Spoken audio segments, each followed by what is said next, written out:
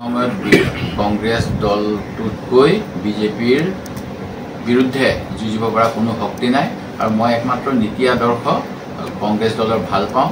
জন্মগতভাৱে মই কংগ্ৰেছৰ ঘৰত জন্ম হৈছোঁ। মোৰ দেউতাই এটা সময়ত ছ'চিয়েলিষ্ট পাৰ্টি কৰিছিল। মোৰ জন্মৰ আগতেই কংগ্ৰেছলৈ আহিছে। সেই গতিকে মই জন্মসূত্ৰে কংগ্ৰেছী আৰু মই কংগ্ৰেছ দল ত্যাগ কৰি বিজেপিৰ এটিম বিটিম হোৱাৰ প্ৰশ্নই নুঠে। এইটো এটা মোক মানে ষড়যন্ত্ৰ কৰি অপদস্থ কৰিবলৈ তেওঁ চেষ্টা কৰা বুলি মই অভিহিত কৰিম। এতিয়া কথাটো হ'ল অন্য কেইটামান কথাও এই নিশ্চয় প্ৰাসংগিক হ'ব যে আমাৰ বিষয়ে মুখ্যমন্ত্ৰী ডাঙৰীয়াই কৈছে যে কংগ্ৰেছে পোষ্টাৰো ছপাব দিব পৰা নাই, কংগ্ৰেছৰ পইচা নাই, কংগ্ৰেছে কেনেকৈ নিৰ্বাচন খেলিছে। এইবিলাক কথা কৈ আমাক মুখ্যমন্ত্ৰীয়ে সঁচা কথাটোৱে কৈছে। যোৱা 10 বছৰ শাসক পক্ষৰ অত্যাচাৰ, শাসক পক্ষৰ প্ৰলোভন, শাসক পক্ষৰ ভাবুকিৰ বিপৰীতে আমি কংগ্ৰেছীসকলে অসমত তৃণমূল পৰ্যায়ৰ পৰা ৰাজ্যিক পৰ্যায়লৈ কংগ্ৰেছ দলৰ হৈ ৰাইজৰ হৈ কাম কৰি আহিছোঁ। আমি কি বৰ্তমান সময়ত যিটো ৰাজনৈতিকভাৱে একনায়কত্ববাদ, one nation, one religion, one election আৰু কিজানি ওৱান পাৰ্টিও তেওঁলোকৰ লক্ষ্য, এই সময়ত এনেকুৱা মাল্টি পাৰ্টি কৰাটো কিমান দিগদাৰ এই কথাটো আমি বিৰোধী দলত থকাসকলে স্পষ্টভাৱে জানো, আমাৰ অনুভৱ আছে। তেনে সময়ত স্পষ্টভাৱে অখিল গগৈ ডাঙৰীয়াৰ ৰাজনৈতিক দলটোৱে যিমানবিলাক বৃহৎ বৃহৎ সমাৱেশ কৰিছে, তেখেতসকলৰ দলৰ জিলা পৰিষদ খেলিবলৈ যেনেধৰণেৰে পইচা দিব পাৰিছে, প্ৰতি সমষ্টিত মোক অখিল গগৈ ডাঙৰীয়াই নিজেই কোৱা মতে তেখেতে মোক কিবা এটা কৈছিল, তেতিয়া কৈছিল যে আমি সকলোকে ফাইনেন্স কৰিছোঁ।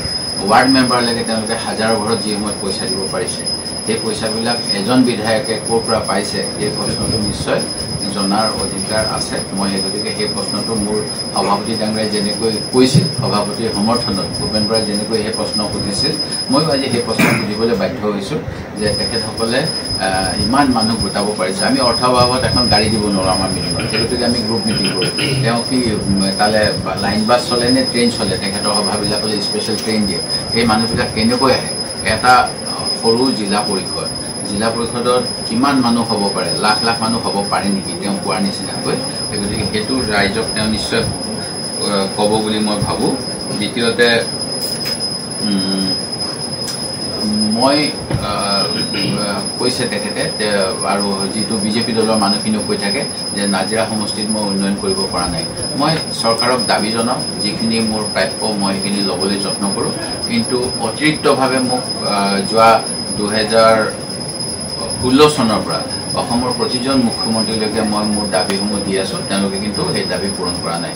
মোৰ সমষ্টিত এখন ছায়েন্স কলেজ নাই, মোৰ সমষ্টিত এখন BEd কলেজ নাই, মোৰ সমষ্টিত এখন কোনো ধৰণৰ এতিয়া মোৰ চিভিল হস্পিটেল আছে, যিখন মই বহুত যুঁজ বাগৰ কৰি, যিখন 2007 চনত বৰ্তমানৰ স্বাস্থ্যমন্ত্ৰীয়ে মোক আপগ্ৰেড কৰি দিম বুলি কথা দিছিল 2007 চনত তৰুণ গগৈ চৰকাৰৰ মন্ত্ৰী হৈ থাকোঁতে আৰু দ্ৰুপদ গোহাঁই বিধায়ক হৈ থাকোঁতে। সেইখন এতিয়ালৈকে আপগ্ৰেড হোৱা নাই। এই বছৰ মই সেইখন কৰিব পাৰিম বুলি ভাবিছোঁ। কিমান বছৰ লাগিলে আপোনালোকে চিন্তা কৰক, 2007 চনৰ পৰা। সেই গতিকে মই একো পোৱা নাই। মই বিৰোধী হিচাপে মই চৰকাৰক সমালোচনা কৰোঁ আৰু মুখ্যমন্ত্ৰী মহোদয় যেনেকৈ অপেনলি কয় বিৰোধী বিধায়কবিলাক কাম নাইকিয়া, মানে গাখীৰ নিদিয়া গৰু স্পীকাৰৰ লগত বহি থাকিব লাগে। তাৰ বিপৰীতে অখিল গগৈ ডাঙৰীয়াই যেনেকৈ মুকলিভাৱে মুখ্যমন্ত্ৰীক প্ৰশংসা কৰিছে, মুখ্যমন্ত্ৰীক কৈছে তেওঁ ইমানবিলাক বস্তু দিছে। সেই গতিকে কিছুমানক চৰকাৰে সমালোচনা কৰিলে মানে উপহাৰ দিয়ে আৰু আমাক সমালোচনা কৰিলে বঞ্চিত কৰে নেকি, এই প্ৰশ্নটো মই যিসকলক মই এই কথাটো উল্লেখ কৰিছোঁ তেওঁলোকৰ পৰা আশা কৰিছোঁ কৰ্তৃত্ব।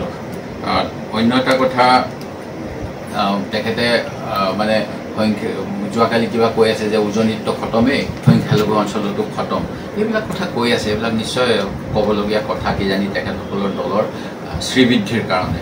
কিন্তু যি সময়ত উজনিত অসমৰ নামনি অসমৰ কিছু শ্ৰমিক যোৱাৰ পিছত জিলা সভাপতিজনৰ চাব কণ্ট্ৰেক্ট থকা জেগাত পিটি সংখ্যালঘু নামনিৰ ছাল উখহাই দিছিল, ঘাঁহ লগাই দিছিল, তেওঁলোকে পলাই আহিছিল।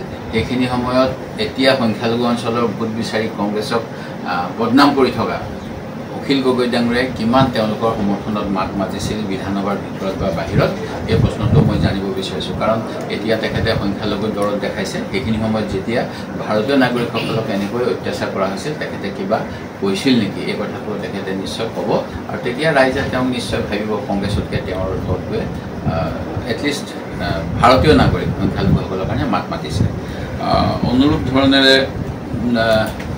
মই ক'ব বিচাৰোঁ যে যোৱা সময়ছোৱাত ভোটৰ অধিকাৰ অহাৰ পৰাই মই কংগ্ৰেছ দলত যিহেতু জন্মতে কংগ্ৰেছী সদায় ভোট দি আছোঁ আৰু মই দিও থাকিম আৰু মই দলৰ কাৰণে কামো কৰিম কিন্তু অখিল গগৈ ডাঙৰীয়াই 2014 চনত বিজেপিক ভোট দিবলৈ আহ্বান কৰি অসমলৈ বিজেপিৰ বৰপীৰা দিয়া নাছিল নেকি আৰু তেখেতে নীতি আদৰ্শৰ ভিত্তিত দল কৰে নে আমাৰ লগত আছে নে অন্য কিবা কাৰণে আছে এই কথাবিলাকো স্পষ্ট কৰিব লাগে কাৰণ আমি যিটো ৰাজনীতি কৰিছোঁ নীতিগত কাৰণত মই কৈছোঁৱে দলীয় আদৰ্শৰ ভিত্তিত যদি তেখেতে কটন কলেজত উচ্চ শিক্ষা লাভ কৰা এজন মেধাৱী ৰাজনীতিজ্ঞ সেই গতিকে তেখেতৰ নিশ্চয় কটনৰ যিসকল বুদ্ধিমত্তা থকা ছাত্ৰ ছাত্ৰী তেখেতৰ সেই গুণৰ পৰা বঞ্চিত নহয় তেনেস্থলত কি ভিত্তিত তেখেতে 2014 চনত কংগ্ৰেছক উৎখাত কৰি বিজেপিক অসমত বৰপীৰা